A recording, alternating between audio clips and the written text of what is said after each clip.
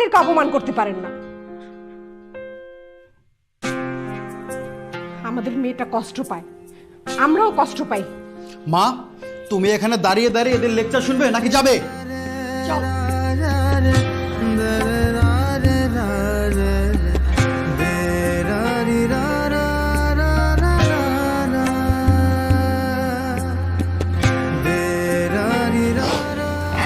বাবা, বলছি কি, তুমি ওনাদের কথা মন খারাপ করো না।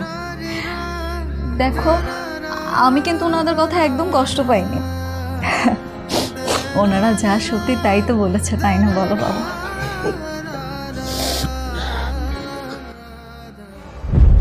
কত বড় নির্লজ্জ! আমার বউ আরেকজনের সঙ্গে পালিয়ে গেছে, আবার আমাকে ডিভোর্স লেটার পাঠায়। এই, এখন এত রাগ দেখিয়ে লাভ কি? হ্যাঁ, যখন তোর বউ ছিল তখন তো তুই কিছু বলতে পারতি না।